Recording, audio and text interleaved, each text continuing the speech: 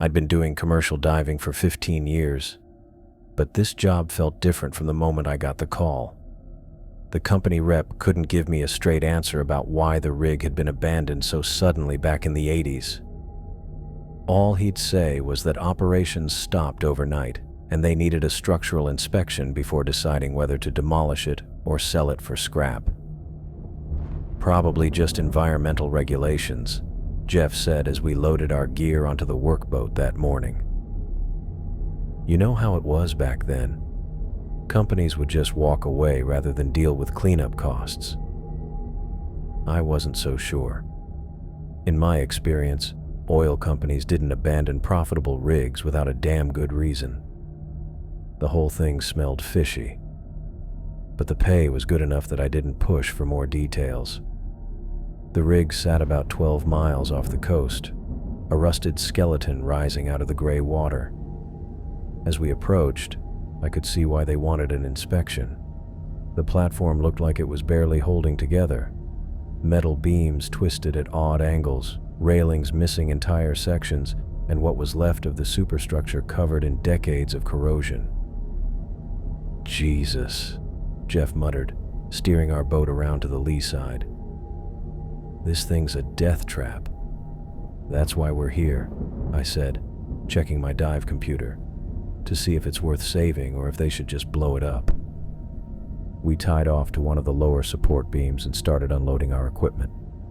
The water around the rig was darker than I expected, not the clear blue you usually found this far offshore, but a murky green that made it impossible to see more than a few feet down. Jeff was already pulling on his wetsuit. Let's get this done quick. I've got a date tonight. Hold on, I said. We need to go over the checklist first. He rolled his eyes. Come on, Thomas. We've done this 100 times. Not on a rig this old. I grabbed my clipboard and started running through the safety protocols. Water temperature's 58 degrees, visibility looks like shit, and we don't know what kind of debris might be down there. We're doing this by the book. Jeff sighed but didn't argue. He knew I was right, even if he didn't like taking the time. That was the difference between us. He was all about efficiency, getting in and out as fast as possible. I preferred staying alive. I checked our air supplies twice, tested the communication system, and made sure both our dive computers were synced. The sonar device went into a waterproof case along with the underwater camera and measuring tools. Our job was to inspect the main support structures for corrosion, check the foundation integrity, and document any damage that might affect the rig's stability. Estimated dive time is 45 minutes, I said, strapping the sonar device to my belt. We'll start with the northeast support beam and work our way around clockwise. Got it. Jeff was already sitting on the edge of the boat with his fins on. Can we go now? Something about his eagerness bothered me, but I couldn't put my finger on what. Maybe it was just the way he kept looking at the water, like he was anxious to get down there. Or maybe it was the job itself, the vague explanations, the abandoned rig, the murky water that seemed to swallow light. I pulled on my mask and did a final equipment check. Everything looked good, but the feeling in my gut kept getting stronger. In 15 years of diving, I'd learned to trust my instincts. They'd kept me alive when equipment failed, when weather turned bad, when other divers made stupid mistakes. You feel that? I asked Jeff. Feel what? I don't know. Something's off about this whole thing. Jeff laughed. You're getting paranoid in your old age. It's just another inspection job. Maybe he was right. Maybe I was overthinking it. But as I sat on the edge of the boat, looking down into that dark water, every instinct I had was telling me to pack up and leave. The rig loomed above us like a metal graveyard, creaking and groaning in the swells. Seabirds had built nests in the twisted wreckage, but even they seemed to avoid the lower levels near the water. Thomas, come on. Jeff said. "We're burning daylight." I took a deep breath and tried to shake off the feeling. We had a job to do, and the sooner we finished it, the sooner we could get away from this place. I adjusted my regulator, checked my air one more time, and prepared to enter the water. The dread in my stomach felt like a lead weight, but I couldn't explain it to Jeff without sounding like a superstitious old fool. So I kept my mouth shut and focused on the technical aspects of the dive: depth, time, safety stops, emergency procedures, all the things that had kept me alive this long. Jeff was already in the water, floating beside the boat and waiting for me to join him. The sonar device felt heavier than usual as I lowered myself into the murky water, and I couldn't shake the feeling that we were about to discover something we weren't prepared for. I slipped into the water after Jeff, the cold hitting me even through my wetsuit. The sonar device felt heavier than usual as I adjusted the straps and checked the display one more time. Everything looked normal on the surface readings, but I knew that could change once we got deeper. Jeff was already a few feet ahead of me, his fins cutting through the murky green water with practiced efficiency. I could see his outline through the limited visibility, maybe 10 feet at most in these conditions. The water around the rig had that thick, soupy quality that made every movement feel sluggish. I followed him down toward the main support structure, keeping the sonar device positioned to get clean readings of the foundation. The first beam came into view through the murk, a massive steel column covered in decades of marine growth and corrosion. Barnacles and seaweed had claimed most of the surface, turning what used to be smooth metal into a rough, organic landscape. The depth gauge on my dive computer showed 20 feet as I approached the northeast support beam.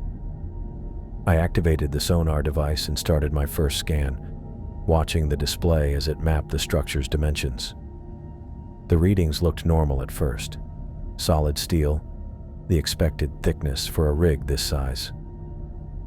Jeff swam past me toward the next beam, his movements confident and quick. He was already pulling out his underwater camera to document the corrosion patterns. I could see him gesturing at a section where the metal had worn thin, probably from years of saltwater exposure. I moved closer to the beam I was scanning, trying to get more detailed readings. The sonar device beeped softly in my ear as it processed the data, but something felt wrong. Not with the equipment, with everything else. A knot was forming in my stomach that had nothing to do with the dive itself. I'd been doing this work for 15 years. I knew what normal underwater anxiety felt like, and this wasn't it. This was something deeper, more primitive. Like my body was trying to tell me something my brain hadn't figured out yet. I forced myself to focus on the job. The sonar readings were what mattered right now, not some vague feeling of unease. I adjusted the device's settings and continued scanning the beam, documenting the measurements in my underwater notepad. The water got murkier as we went deeper. At 30 feet, I could barely make out Jeff's form as he worked his way around the structure. The rig's shadow blocked out most of the natural light from above, leaving us in a greenish twilight that made everything look alien and distorted. I swam to the next support beam, following our planned clockwise route around the foundation. The sonar device continued its steady beeping as it mapped each section. The readings showed the expected wear and corrosion, but nothing that would require immediate demolition. These old rigs were built to last. Jeff appeared beside me, tapping his dive computer and pointing upward. We'd been down for 15 minutes already. Time moved differently underwater, especially in conditions like these where visibility was so poor. I nodded and continued my scan of the current beam. That's when the sonar device started acting up. The display flickered, showing readings that didn't make sense. According to the device, there was something massive attached to the underside of the beam, something that definitely wasn't part of the original structure. I tapped the screen, thinking it might be a malfunction. The readings didn't change. If anything, they got more pronounced. The sonar was detecting something large and organic-looking, maybe 15 feet across, attached to the steel beam about 10 feet below our current position. I checked the device's calibration settings. Everything looked normal. I ran a quick diagnostic test and all systems showed green, but the readings kept showing this impossible object that shouldn't exist. Jeff swam over when he saw me fiddling with the equipment. I showed him the display pointing at the strange readings. Through his mask, I could see his eyebrows furrow in confusion. He gestured for me to try scanning a different area. I moved the sonar device to scan the adjacent beam. The readings went back to normal, just steel and marine growth. Exactly what we expected to find. But when I pointed it back toward the original location, the strange readings returned immediately. Jeff tapped my shoulder and pointed at his own equipment. He pulled out a backup sonar device from his gear bag and activated it. When he scanned the same area, his device showed the same impossible readings. Something was definitely down there. The uneasy feeling in my gut got stronger. In 15 years of commercial diving, I'd never seen sonar readings like these. Marine life didn't usually attach itself to rig structures in patterns this large and organized, and whatever was down there was interfering with our equipment in ways that didn't make sense. I looked at Jeff and pointed downward, toward the source of the interference. He nodded, but I could see hesitation in his body language. The same instinct that was making me nervous was probably affecting him too. We descended another 10 feet, following the sonar readings toward whatever was causing the interference. The water got even murkier at this depth, and the rig's shadow made it feel like we were swimming through liquid darkness. The sonar device's beeping got more erratic as we approached the source of the readings. The display showed we were getting close to something large, but I still couldn't see anything through the murky water. Visibility was down to maybe 5 feet now. Jeff was swimming slightly ahead of me, his fins barely visible in the gloom. I could hear his breathing through the water, steady but faster than normal. The sound of our regulators and the sonar devices beeping were the only noises in the underwater silence. I checked my air supply and dive computer. We still had plenty of time and air for the inspection, but something was telling me we should surface soon. Not the rational part of my brain that calculated dive times and safety margins, but something deeper and more urgent. The sonar readings were getting stronger. According to the device, we were almost on top of whatever was attached to the rig structure. But the water was so murky, I couldn't see more than a few feet in any direction. That's when I noticed the interference was affecting more than just our sonar devices. My dive computer was showing irregular readings too, and the compass was spinning slowly instead of holding steady. Something down here was messing with all our electronic equipment. I checked the sonar device calibration again, running through the diagnostic menu one more time. The screen showed all systems functioning normally, but the readings still didn't make any sense. Instead of the clean, geometric patterns I expected from steel beams and concrete foundations, the display kept showing organic-looking shapes that seemed to shift and move. I tapped the screen with my gloved finger, thinking maybe water had gotten into the housing somehow.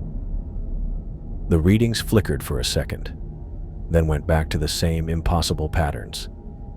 A massive blob-like shape appeared on the display, roughly 15 feet across, attached to what should have been solid rig structure. I turned toward Jeff and waved my hand to get his attention. He was about 10 feet away, photographing a section of corroded metal with his underwater camera. When he looked over, I pointed at the sonar device and shook my head, then gestured for him to come take a look. Jeff swam over with smooth, efficient strokes, his fins barely disturbing the murky water. I held the device so he could see the display clearly. His eyes widened behind his diving mask, and he looked from the screen to me, then back to the screen again. He pointed at the readings and made a questioning gesture with his hands. I shrugged and showed him the diagnostic screen, indicating that all the equipment was supposedly working fine. Jeff pulled out his backup sonar device and powered it on. The smaller unit took a few seconds to initialize, then started displaying the same impossible readings. Whatever was down here, both devices were picking it up. Jeff pointed toward the area where the interference seemed strongest, then looked at me with raised eyebrows. I nodded, understanding what he was suggesting. We needed to find out what was causing these readings. I checked my dive computer. We'd been down for 22 minutes and still had plenty of air. The water temperature was holding steady at 58 degrees. I started swimming around the main support beam, following the sonar readings as they grew stronger. The device beeped more frequently as I moved toward certain areas, like some kind of underwater metal detector. Jeff stayed close behind me, his camera ready to document whatever we found. The interference patterns became more intense as I approached the northeast corner of the rig structure. My compass started spinning again, and the dive computer flickered between normal readings and complete gibberish. I'd never seen equipment malfunction like this before, not in 15 years of commercial diving. I followed the strongest signals toward the underside of the rig, swimming beneath the massive support beams that disappeared up into the murky water above us. The visibility was getting worse down here, maybe only 3 or 4 feet now. I had to stay close to the structure to avoid losing my bearings completely. The sonar device was going crazy, beeping almost continuously. According to the readings, something huge was attached directly to the underside of the rig structure, something that definitely wasn't supposed to be there. The shape on the display looked organic, with what appeared to be multiple appendages extending from a central mass. I swam closer to the beam, running my free hand along the corroded metal surface. The steel felt normal under my gloves, cold and rough with decades of marine growth. But the sonar kept insisting there was something else here, something large enough to interfere with our equipment from 20 feet away. Jeff tapped my shoulder and pointed upward, reminding me to watch our depth. We were now about 30 feet down from the surface, deeper than we'd planned to go during this initial survey. I checked my air supply. Still good, but we'd need to start thinking about heading up soon. I continued following the sonar readings, swimming along the underside of the rig structure. The beeping grew more erratic, almost frantic. Whatever was down here, we were getting close to it. The water seemed even murkier in this area, with an odd greenish tint that I hadn't noticed before. My dive computer flickered again, showing depth readings that jumped between 30 feet and 60 feet, then back to 30. The compass spun wildly, unable to find magnetic north. I'd seen equipment failures before, but never anything this systematic. It was like something was actively interfering with our electronics. I moved around another support beam, following the strongest interference signals. The sonar device was beeping so rapidly now that it sounded almost like a continuous tone. According to the display, we were right on top of whatever was causing the problem. Through the murky water ahead, I could just make out a darker shape attached to the rig structure. It was massive, easily the size of a small car, and it definitely wasn't part of the original construction. The thing seemed to pulse slightly, though that might have been a trick of the limited visibility and shifting water. I stared at the massive shape through the murky water, trying to make sense of what I was seeing. The sonar readings hadn't been wrong. There really was something huge attached to the underside of the rig structure. But this wasn't debris, or some piece of equipment that had broken off over the years. It was alive. The thing looked like a giant jellyfish, maybe 20 feet across, with a translucent dome-shaped body that pulsed with an eerie blue-green light. Multiple tendrils hung down from the central mass, some as thick as my arm, others thin as rope. They swayed gently in the current, reaching down into the darker water below. I'd been diving commercially for 15 years, and I'd never seen anything like this. Sure, I'd encountered plenty of marine life, sharks, rays, the occasional octopus, but nothing even close to this size, and definitely nothing that glowed like this thing did. The creature's light cut through the murky water around us, creating shifting patterns that seemed to pulse in rhythm with something I couldn't identify.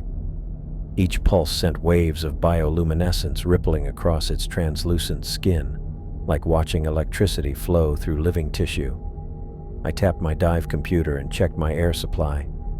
We'd been down for 28 minutes now, and I still had plenty of air left, but being this deep wasn't part of our original plan.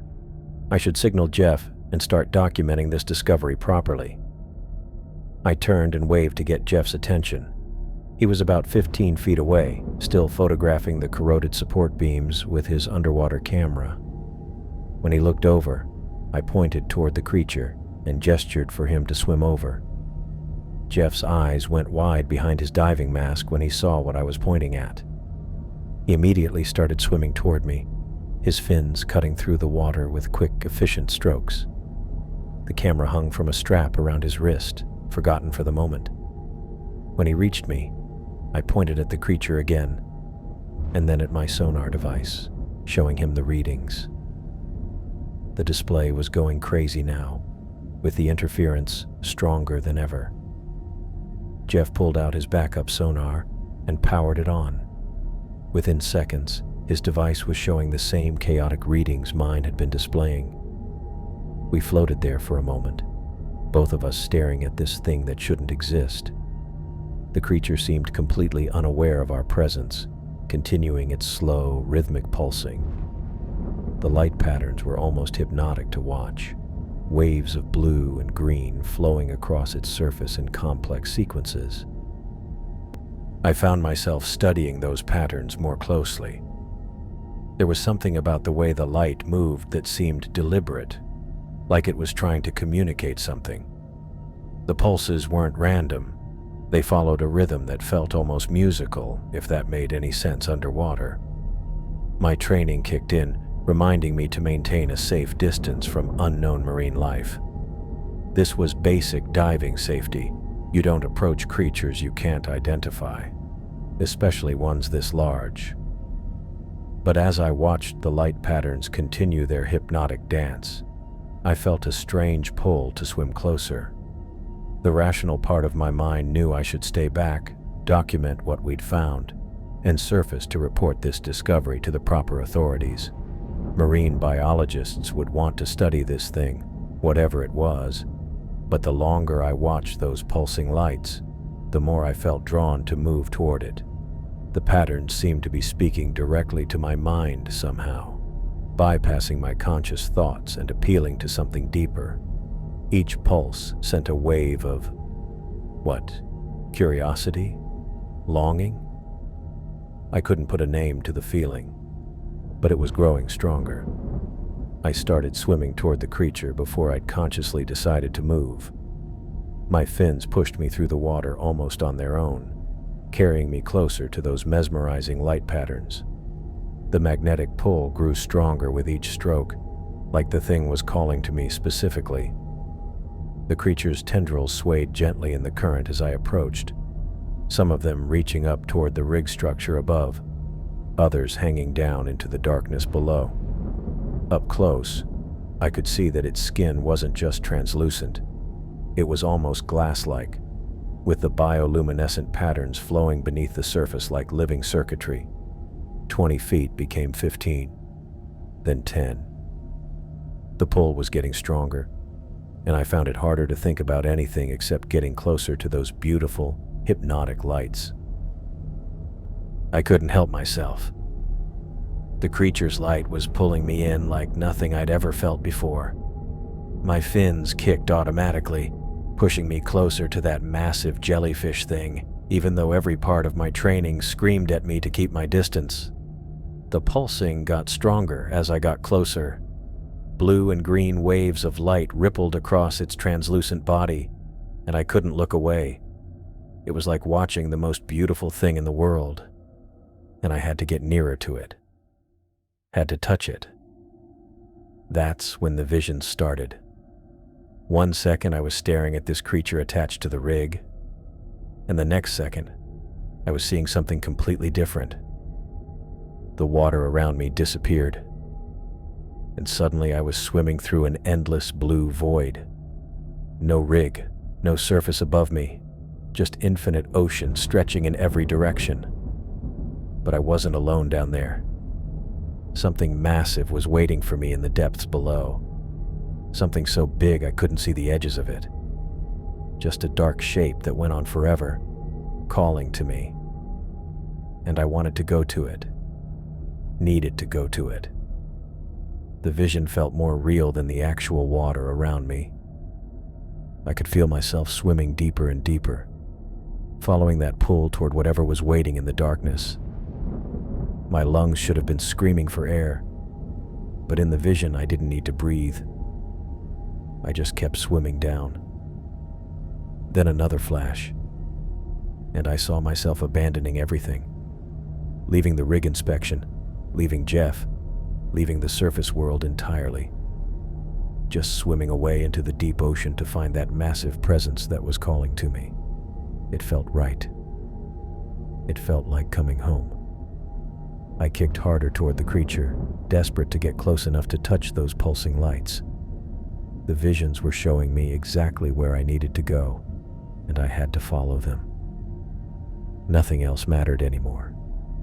My dive computer was beeping, but I ignored it. Jeff was somewhere behind me, but I didn't care.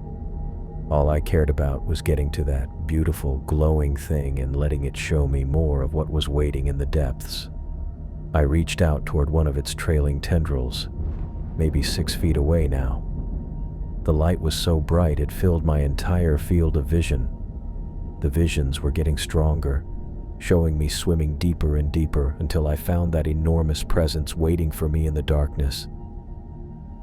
That's when something grabbed my arm.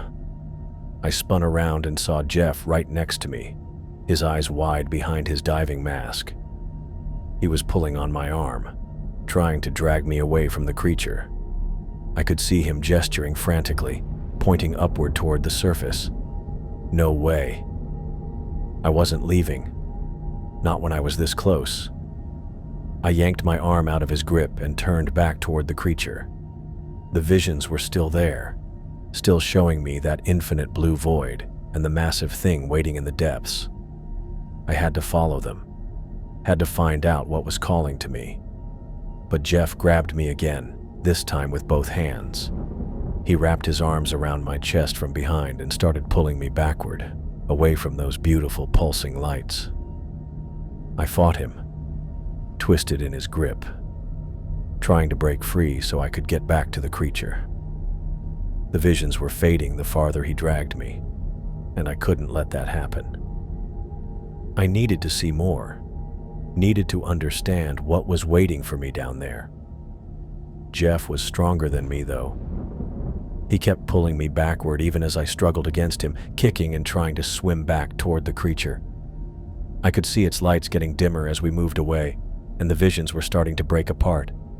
I grabbed onto one of the rig's support beams, trying to anchor myself so I could stay close to the creature. But Jeff pried my fingers loose and kept dragging me upward. The beautiful blue and green lights were getting smaller and smaller below us.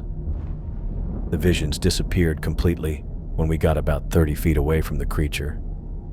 Suddenly, I was just Thomas again, underwater with my diving partner, wondering what the hell had just happened to me.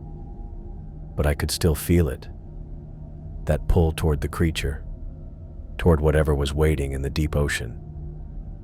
It was weaker now, but it was still there, tugging at something inside my chest. Part of me wanted to break free from Jeff and swim right back down to those pulsing lights. Jeff kept pulling me upward, toward the surface. I stopped fighting him, but I couldn't stop looking back down at the creature. It was still there, still glowing, still calling to me even from this distance. My dive computer showed we'd been down for 38 minutes. We needed to surface soon anyway, but I didn't want to leave. Every fiber in my body was telling me to go back down there and let the creature show me more of those visions.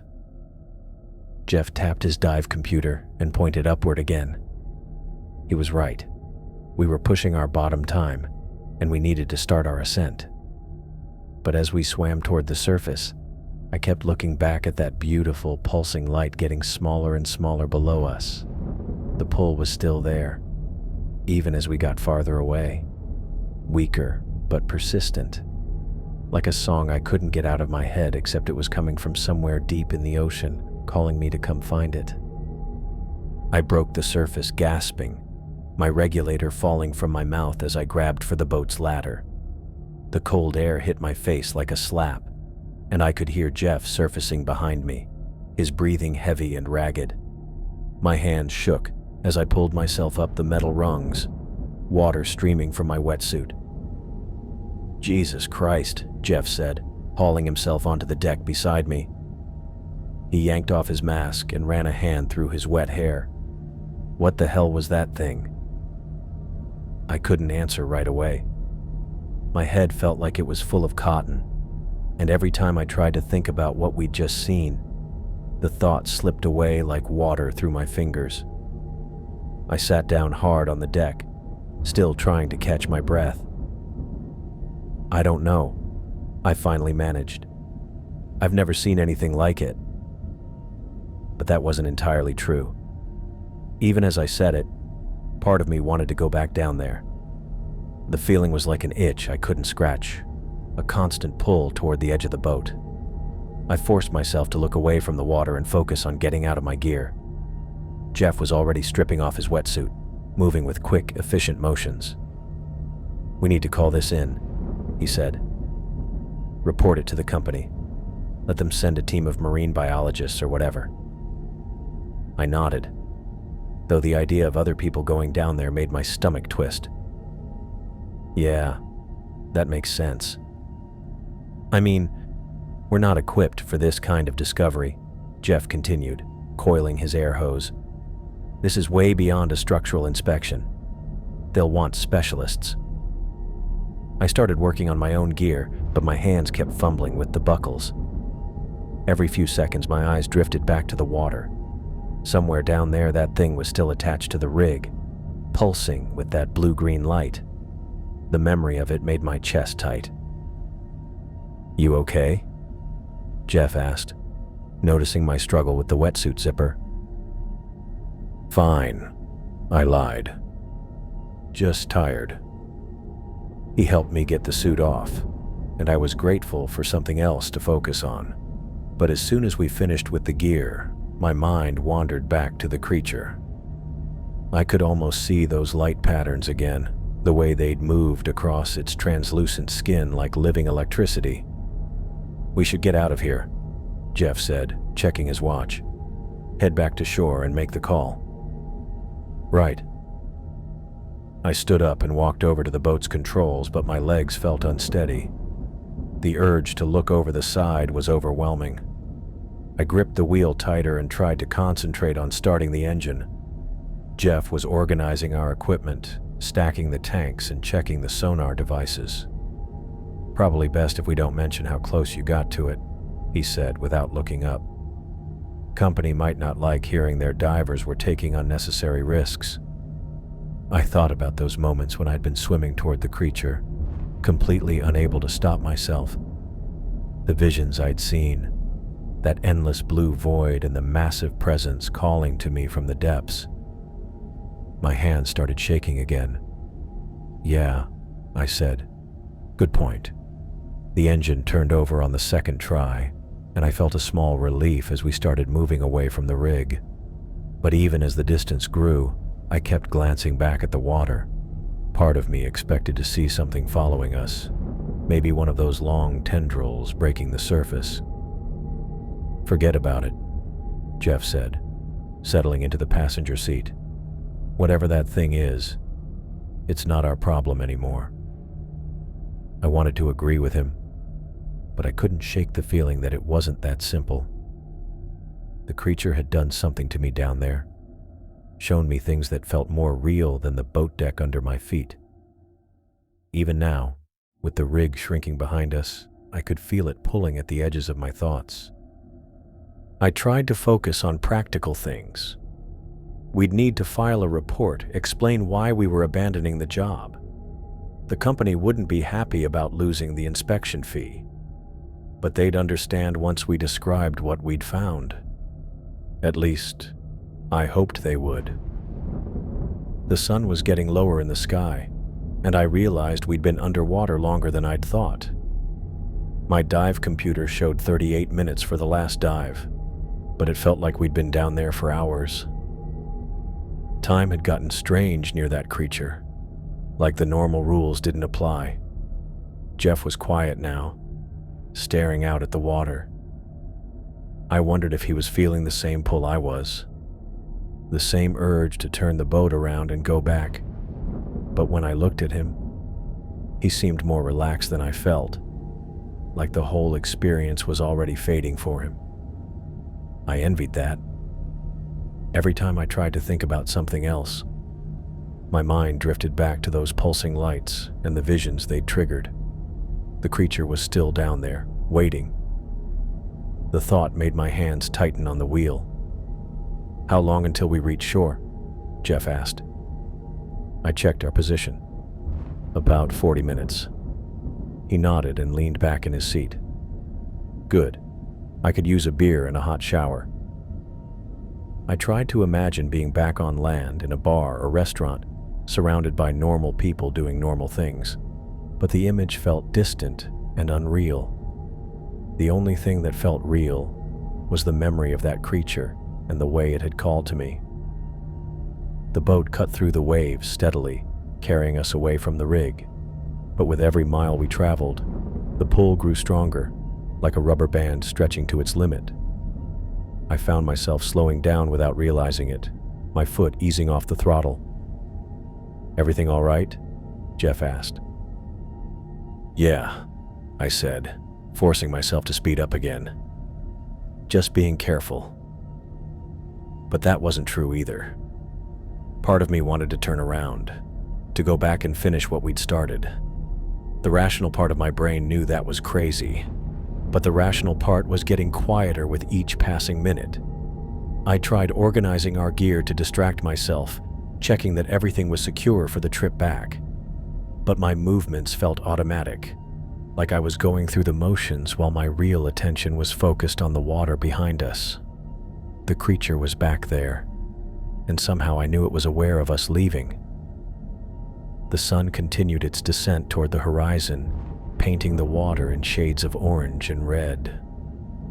Under different circumstances, it would have been beautiful, but all I could think about was how the light would look filtering down through the water, illuminating that massive translucent body and its hypnotic patterns. I watched Jeff coil the dive lines with mechanical precision, but something was off about the way he moved. His hands worked automatically, while his eyes kept drifting toward the water. We'd been back on the boat for maybe 20 minutes, and he hadn't said more than a few words since we'd surfaced. "You doing okay?" I asked, checking the air tanks one more time. He nodded without looking at me. "Fine, just thinking."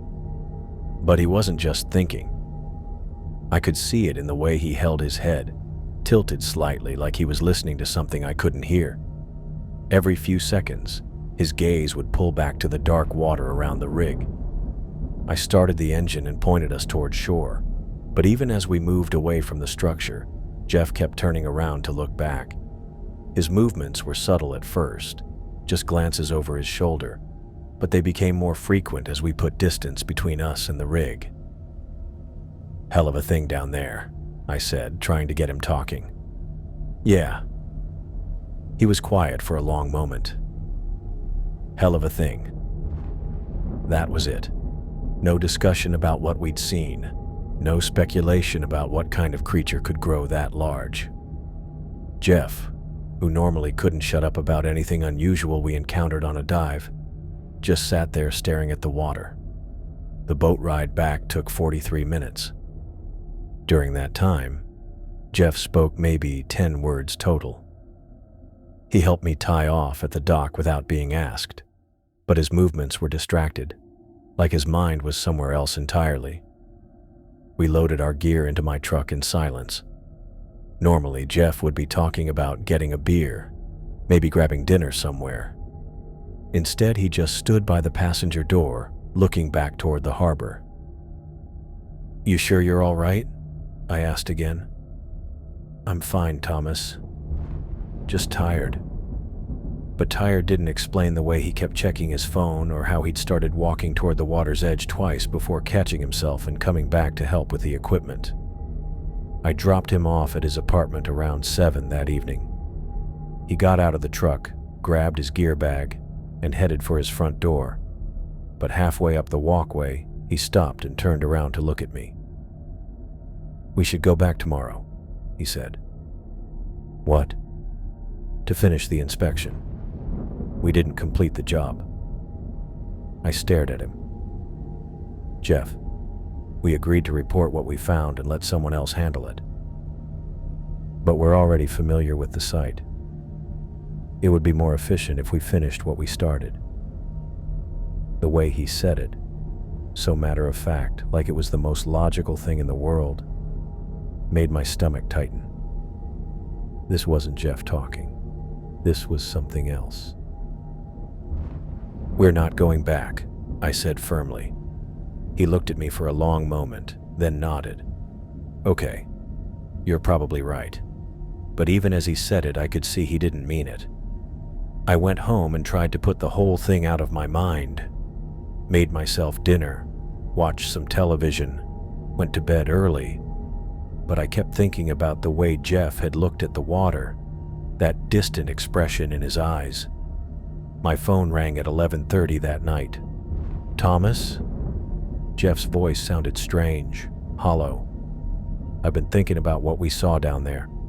Jeff, it's late. We can talk about this tomorrow." "No, listen. I think we made a mistake leaving. That thing, whatever it was trying to communicate with us." I sat up in bed. Communicate? The lights, the patterns. It wasn't random. There was intelligence behind it. "Jeff, you need to get some sleep. You're not thinking clearly." "I am thinking clearly. For the first time in hours, I'm thinking clearly. We have to go back, Thomas. We have to finish what we started." The line went quiet for a moment. I could hear him breathing on the other end. "Jeff?" "I can still see it," he whispered. "Even with my eyes closed, I can see those lights." He hung up.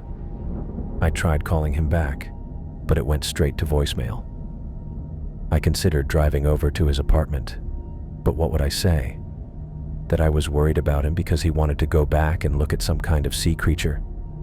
It sounded crazy even to me. The next morning, I called him around 8. No answer. I tried again at 9, then 10. Finally, around 11, he picked up.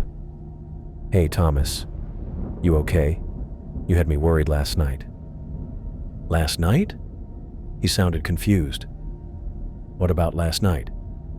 "You called me. You were talking about going back to the rig." There was a pause.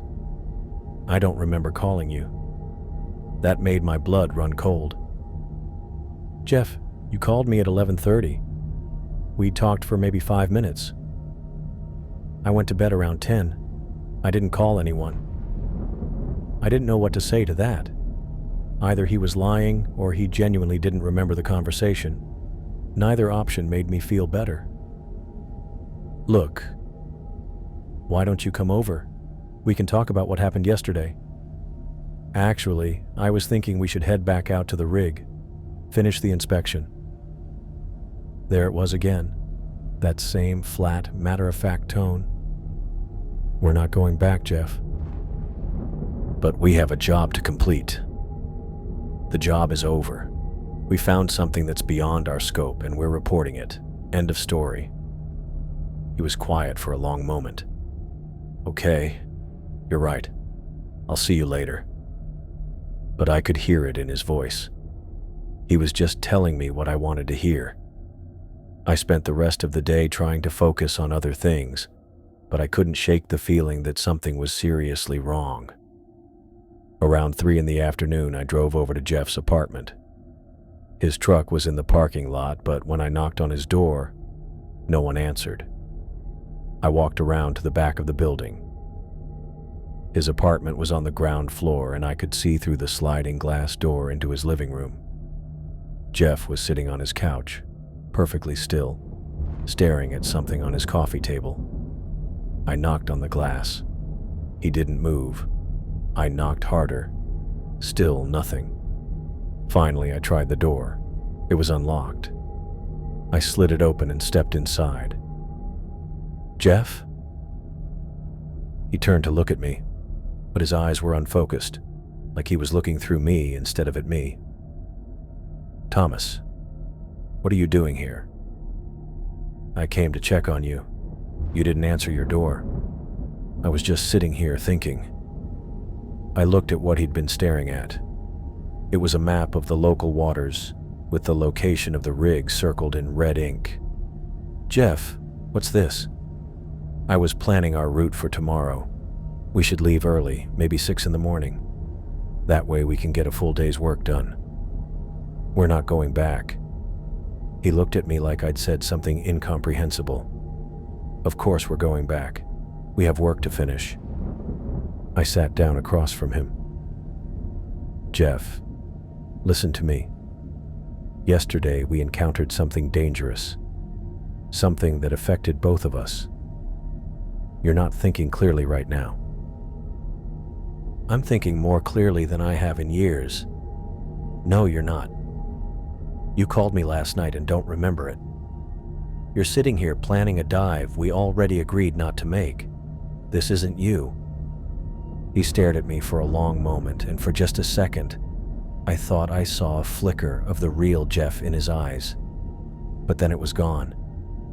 "I think you should leave," he said quietly. "Jeff, please, just go." I wanted to argue, wanted to shake him until he snapped out of whatever this was. But I could see it wouldn't do any good. Whatever was happening to him, it was the same thing that had happened to me down there. The same pull, the same compulsion. The only difference was that I'd been pulled away before it could take complete hold. I left his apartment and drove home, but I couldn't stop thinking about the look in his eyes. It was the same look I'd seen in my own reflection that morning after the dive. Distant, hungry, like part of me was still down there in the dark water. That evening, around 7, my phone rang again. "Thomas, I need you to come pick me up." "Where are you?" "At the harbor. I'm at the dock where we tied up yesterday." My heart started racing. "What are you doing there?" "I was going to take the boat out myself, but I can't get it started. I think there's something wrong with the engine." "Jeff, stay right there. Don't go anywhere. I'm coming to get you."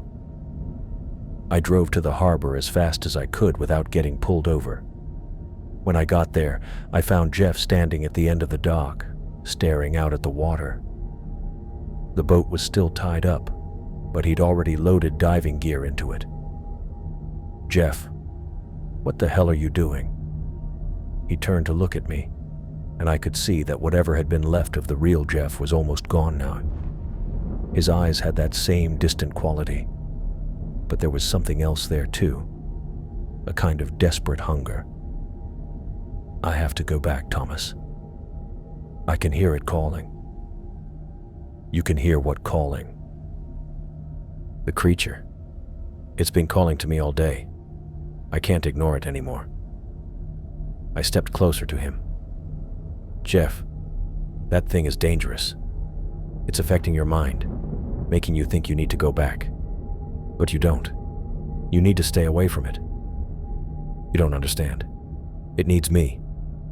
It's been waiting." "Waiting for what?" "I don't know, but I have to find out." He turned and started walking toward the boat. I grabbed his arm. "You're not getting in that boat." He looked down at my hand on his arm, then back at my face. For a moment, I thought he might listen to reason. Then he yanked his arm free and took another step toward the boat. "Don't try to stop me, Thomas. I'm not letting you kill yourself. I'm not going to die. I'm going to understand." He reached for the rope that secured the boat to the dock. I grabbed him again, this time with both hands, and tried to pull him away from the water. He fought against me, stronger than I expected, his movements sharp and desperate. "Let go of me." "Jeff, listen to yourself. This isn't you talking." But he wasn't listening. He broke free from my grip and stumbled toward the edge of the dock. For a terrifying moment, I thought he was going to jump in fully clothed, but instead he started climbing down into the boat. I followed him, grabbing the back of his shirt and trying to haul him back up onto the dock. He spun around and shoved me hard enough that I almost fell into the water myself. "Stay away from me, Thomas. I don't want to hurt you, but I will if I have to." The look in his eyes told me he meant it. This wasn't my diving partner anymore. This was someone, something else entirely. I grabbed Jeff's shoulders as he lunged toward the diving tanks. His muscles were tense under my grip, and he twisted against me like he was fighting for his life. "Jeff, stop," I said, trying to keep my voice calm. "You're not thinking straight." He spun around to face me, and I barely recognized the look in his eyes. They were wide and unfocused, like he was seeing something I couldn't. "You don't understand," he said. "It's calling to me. I can hear it." "There's nothing calling you. That thing down there is dangerous." He shook his head violently. "No, you're wrong. It wants to show me something. I have to go back." I tightened my grip on his arms. "Listen to yourself. This isn't you talking." Jeff tried to pull away, but I held on. He was stronger than me, but I had leverage. For a moment, I thought I might be getting through to him. Then he looked past me at the water, and his whole body went rigid. "I can see the lights," he whispered. "They're so beautiful." I glanced back at the water. It looked normal to me, just dark ocean reflecting the late afternoon sky. But Jeff was staring at it like he was watching fireworks. "There are no lights, Jeff. It's just water." He wasn't listening anymore. I could feel him gathering himself, getting ready to make another move. I shifted my weight, trying to block his path to the diving gear. "We're going home," I said. "Right now." That's when he broke free. He twisted hard to the left, and my hand slipped off his wet shirt. Before I could grab him again, he was running toward the edge of the boat. "Jeff, no!" I lunged after him, but he was already at the rail. He didn't even pause to look back. He just vaulted over the side and hit the water with a splash that sent spray across the deck. I rushed to the edge and looked down. Jeff was already swimming away from the boat, his strokes powerful and determined. He wasn't heading for shore. He was swimming straight down toward the rig. "Jeff!" I shouted, but he didn't surface or look back. I watched him disappear beneath the waves, and my stomach dropped. He was going down without any gear, no wetsuit, no air tank, no mask, just his clothes and whatever air he could hold in his lungs.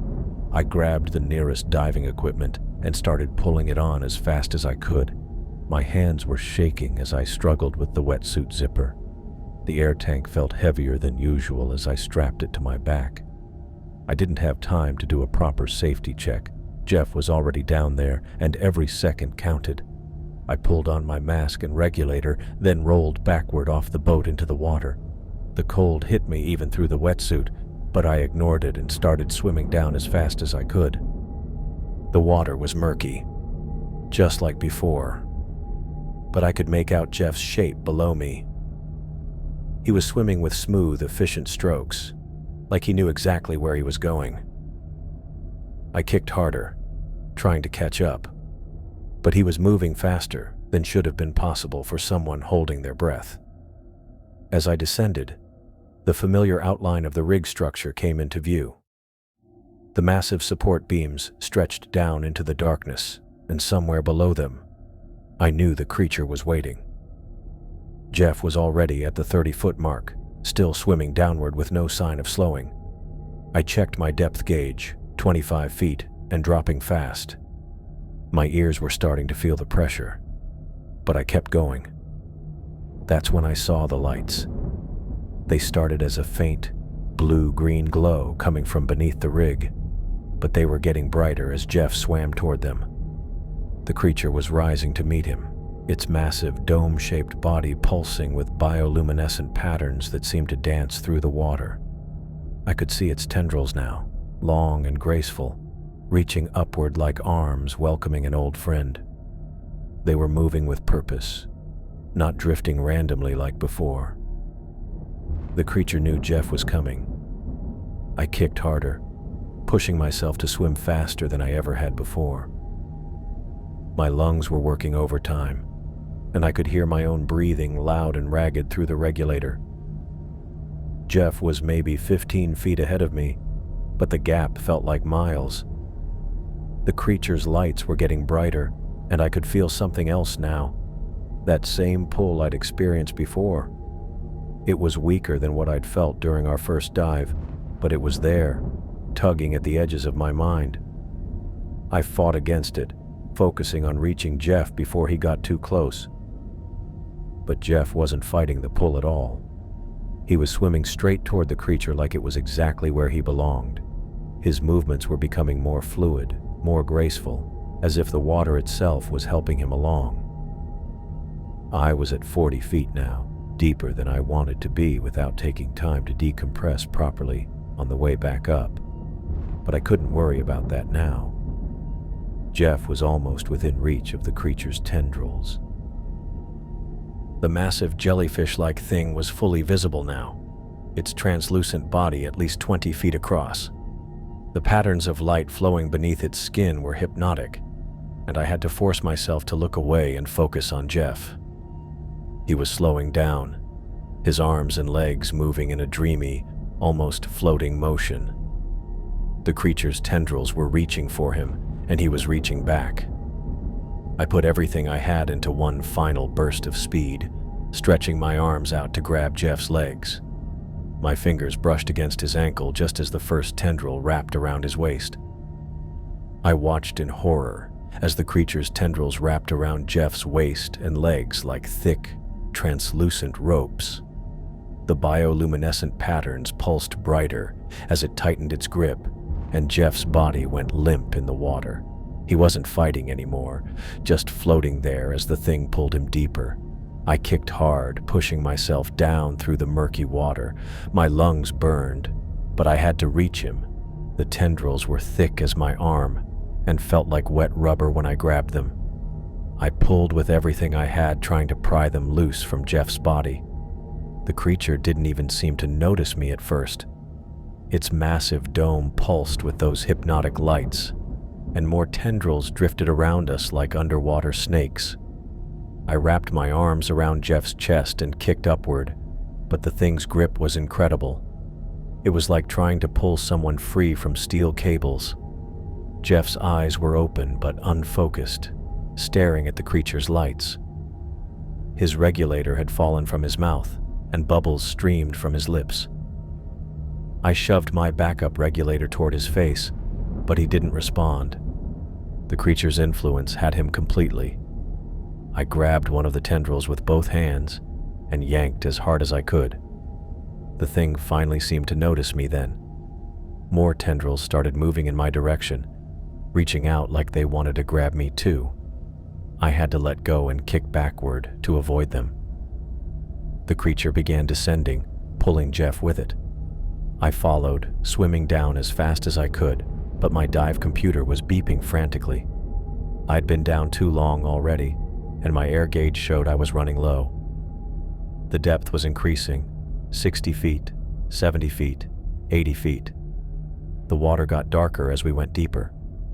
The creature's lights were the only thing I could see clearly now, and they were getting smaller as the distance between us grew. Jeff looked like a rag doll in its grip, his arms and legs floating limply as the tendrils carried him down into the black water beneath the rig. My air alarm started beeping. I checked the gauge, less than 500 psi left, not enough to stay down much longer, definitely not enough to go deeper. I kicked harder, trying to close the distance, but the creature was moving faster than I could swim. At 90 feet, I lost sight of them completely. The creature's lights faded to just a dim glow in the darkness below, and then even that disappeared. I floated there for a few seconds, staring down into the black water, hoping to see something. Anything that might tell me where they'd gone. My computer beeped again. 300 psi. I had to surface now or I'd be in serious trouble myself.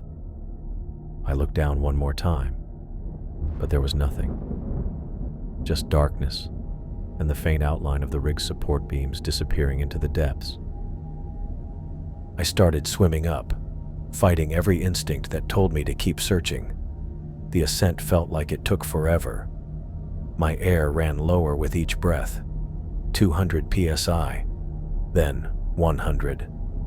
I had to force myself to breathe slowly and steadily, even though panic was clawing at my chest. When I finally broke the surface, I gasped and pulled the regulator from my mouth. The boat was about 50 yards away, bobbing in the swells. I swam toward it as fast as I could, calling Jeff's name even though I knew he couldn't hear me. I hauled myself up the ladder and immediately started scanning the water around the boat. Maybe he'd gotten free. Maybe the creature had let him go, and he'd surfaced somewhere else. I grabbed binoculars from the equipment box and searched in every direction. Nothing. Just empty water stretching to the horizon. I tried the radio first, calling the Coast Guard on Channel 16. My voice shook as I gave them our position and reported a missing diver. They asked for details, and I found myself stumbling over the words. How could I explain what had really happened? That a giant jellyfish-like creature had dragged my partner into the depths? We were conducting a structural inspection of an abandoned oil rig, I told them. My partner went down without proper equipment and didn't surface. I searched but couldn't locate him. It wasn't exactly a lie, but it wasn't the truth either. The Coast Guard dispatcher said they'd send a rescue boat and asked me to stay in the area to guide them to the location. I spent the next 3 hours circling the rig, watching for any sign of Jeff. The Coast Guard arrived with a search and rescue team, and I had to tell the story again. This time to a lieutenant who took detailed notes and asked pointed questions about our safety procedures. Your partner went down without gear? He asked. He jumped in before I could stop him. He seemed disoriented, maybe nitrogen narcosis from our earlier dive. The lieutenant nodded like that made sense. Nitrogen narcosis could cause confusion and poor judgment. It was a reasonable explanation for why someone might do something as reckless as diving without equipment. They put divers in the water, but they only went down to about 60 feet, standard search depth for their equipment. I watched them work, knowing they'd never find anything. The creature had taken Jeff much deeper than that, down into the black water where their lights couldn't reach. After 6 hours, they called off the search. The lieutenant handed me a card with a case number and told me there'd be an investigation. I'd need to give a formal statement and answer more questions about what had happened. I nodded and thanked them, but inside I felt hollow. Jeff was gone, and I was the only one who knew what had really taken him. The only one who'd seen the creature's lights pulsing in the darkness as it dragged him down. The Coast Guard boat headed back to shore, and I was alone again with the rig. I started the engine and began the long trip back to the harbor, but I couldn't stop looking over my shoulder at the water behind me.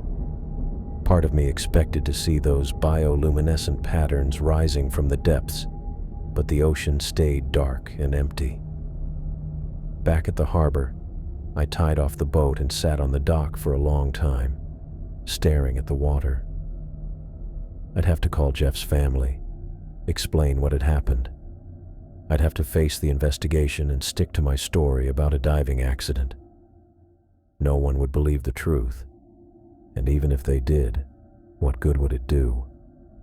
Jeff was gone, and the creature was still down there, waiting in the darkness beneath the abandoned rig. The Coast Guard investigation took 3 weeks. I sat in their office downtown twice, answering the same questions about what happened that day. The investigator, a guy named Martinez, was thorough but not suspicious. He'd seen diving accidents before. "So Morrison jumped in without his gear," Martinez said, flipping through his notes. "You said he seemed disoriented?" "Yeah, like he wasn't thinking straight." I kept my answers simple. The truth would have sounded insane. "Nitrogen narcosis can affect judgment, even at shallow depths," Martinez nodded. "Some divers get overconfident." I agreed with whatever explanation he offered. Nitrogen narcosis, equipment failure, poor decision-making, anything that didn't involve a massive creature with glowing tendrils. The official report listed Jeff's death as an accidental drowning during a commercial diving operation. The rig inspection was noted as incomplete due to the incident. No mention of unusual marine life or strange sonar readings. The Coast Guard had sent divers down twice more after that first day, but they'd only gone to 60 feet. They found nothing. I didn't push them to look deeper. Martinez closed the file during our final meeting. "These things happen in your line of work," he said. "Ocean's unpredictable." I signed the final paperwork and walked out of the building, knowing I'd never tell anyone what really happened down there. The creature was still under that rig, waiting, but proving it existed would mean going back, and I couldn't do that. The nightmares started 2 weeks after Jeff died. I'd wake up seeing those bioluminescent patterns, feeling the pull toward deep water. Sometimes I'd dream I was swimming down toward the creature, and I'd wake up gasping like I'd been holding my breath. I tried going back to work once, a simple hull inspection in the harbor, only 20 feet down. The moment I hit the water, my hands started shaking. Every shadow looked like a tendril reaching for me. I surfaced after 5 minutes and told the client I was sick. That's when I knew I was done. I called my equipment supplier the next day. "I'm selling everything," I told him. "Taking a break?" he asked. "Permanent break." He didn't ask why. In this business, people quit suddenly all the time, usually after something bad happened. I sold my dive gear, my compressor, my underwater tools, everything except the sonar device from that last dive. I kept that in my garage, though I never turned it on again. Sometimes I'd look at it and remember those chaotic readings, the way it had detected something that shouldn't have existed. Finding land work wasn't hard. Construction companies always needed people who weren't afraid of heights or dangerous conditions. I got hired doing bridge maintenance, working on scaffolding 50 feet above rivers. The irony wasn't lost on me. I'd traded the depths for heights, but at least I could see what was coming. My new coworkers didn't know about my diving background. I told them I'd done general construction before. They accepted that without question. The first few months were rough. Every time I drove past the harbor, I'd think about Jeff. About how I should have stopped him from getting on that boat. About how I should have grabbed him before he jumped. About how I should have swum faster when the creature took him down. But I also knew the truth. That thing had gotten into his head somehow, the same way it had started getting into mine. If I'd stayed down there longer, if I'd kept fighting those tendrils, it might have taken me too. I started avoiding the waterfront entirely, took different routes to work, shopped at stores inland. The ocean had always been my life, but now it felt like a threat. Every time I saw deep blue water, I wondered what else was down there. What other abandoned places might be hiding creatures like that one? 6 months after the incident, I got a call from a marine biology professor at the university. Someone had given him my name as an experienced commercial diver. "We're studying bioluminescent organisms in deep water," he explained, "looking for experienced divers to help with research."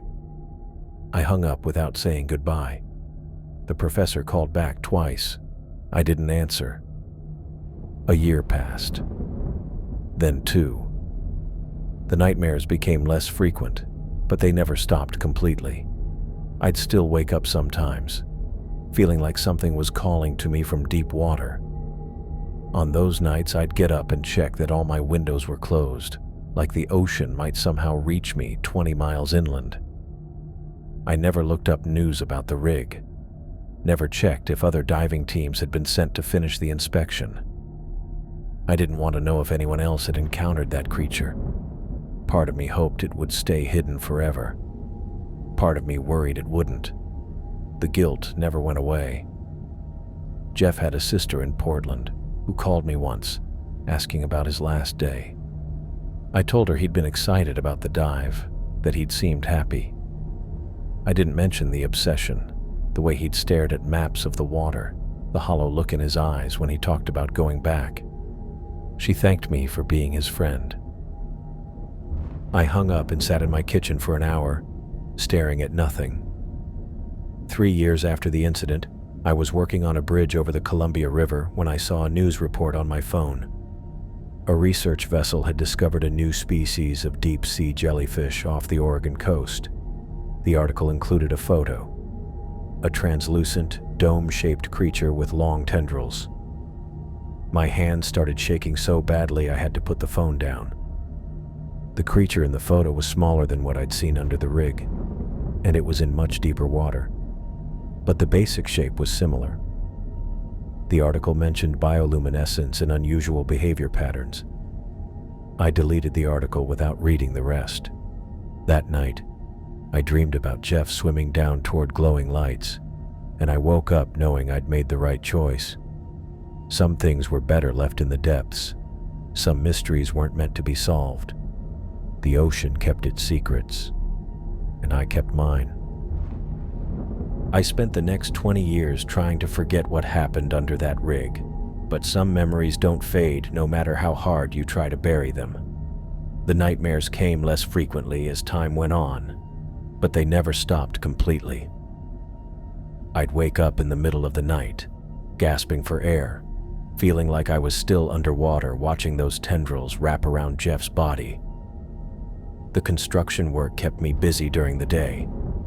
Bridge maintenance, building repairs, anything that kept me on solid ground and away from the water. I got good at it too. Turned out I had a knack for working at heights. My coworkers never knew about my diving background.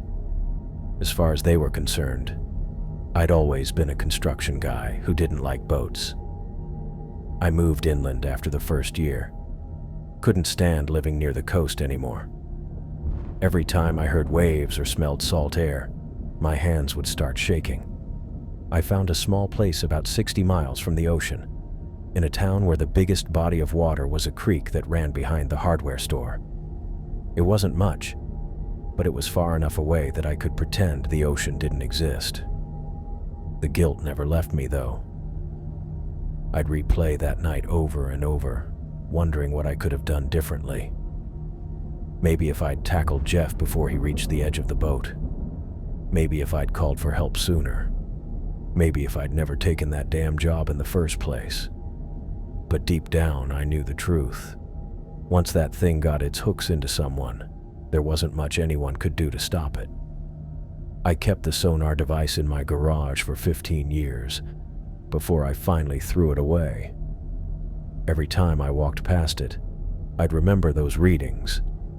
The way the screen showed something massive and alive where there should have been nothing but steel and water. Sometimes I'd catch myself staring at it, wondering if other divers had found similar creatures at other abandoned sites, but I never looked into it. didn't want to know. The marine biology professor called 3 more times over the years.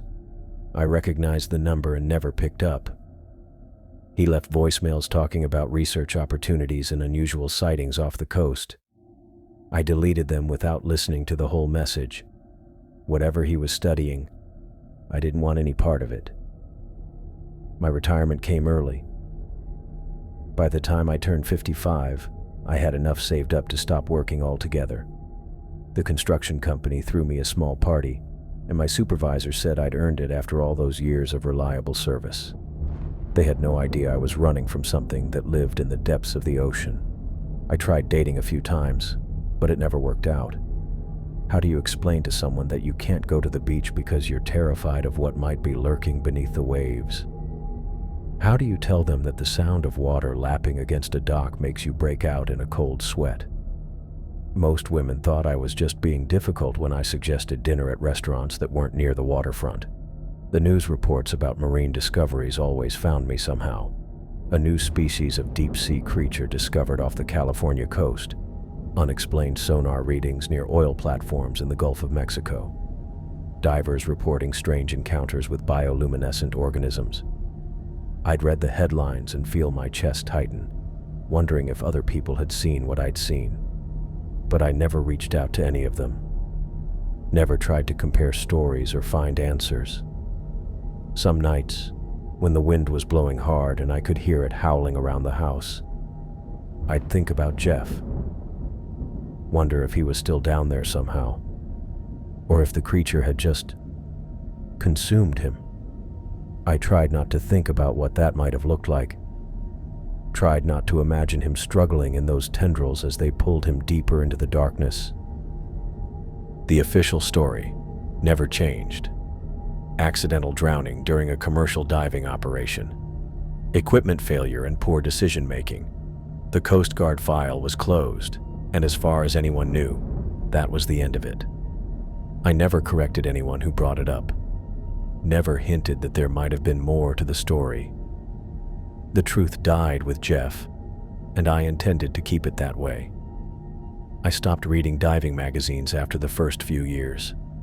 Stopped watching documentaries about ocean exploration. Stopped doing anything that might remind me of what I used to do for a living. When people asked about my past, I told them I'd worked construction my whole life. It was easier than explaining why a former commercial diver was afraid of swimming pools. The creature was still out there, though. I knew it without having to check. Sometimes I'd see news reports about the old rig, how it was finally demolished 12 years after our dive, how the steel was sold for scrap, how the site was cleared for environmental reasons. But I knew they'd only taken down the parts above water. Whatever was attached to those support beams was probably still there, waiting in the depths for the next curious diver to come too close. I thought about warning people sometimes, writing an anonymous letter to the Coast Guard or calling in a tip about dangerous marine life in the area. But who would believe a story about a giant jellyfish that could control people's minds? They'd think I was crazy, or worse, they'd start asking questions about what really happened to Jeff Morrison. The years blended together after a while. Quiet mornings with coffee and the newspaper. Afternoon walks through town where the biggest excitement was watching the high school kids hang out at the pizza place. Evening television shows that didn't involve anything underwater. It wasn't much of a life, but it was safe. It was predictable. It was as far from that rig as I could get without leaving the country. I never married, never had kids, never built the kind of life that most people would consider complete. But I was alive, which was more than I could say for Jeff. And I'd kept the secret, which meant no other divers would go looking for that thing based on anything I told them. That had to count for something. On my 70th birthday, I sat on my back porch with a beer and thought about all the years that had passed since that dive. The nightmares had faded to maybe once or twice a year. The guilt was still there, but it had settled into something I could live with. I'd built a quiet life away from the water, away from the memories, away from the thing that had taken my partner and nearly taken me. The sun was setting behind the hills, painting the sky orange and red. Somewhere 60 miles away, the ocean was doing what it always did, keeping its secrets in the depths where the light never reached. And I was doing what I'd always done since that day, keeping my secrets too, buried so deep that sometimes I could almost pretend they'd never happened at all.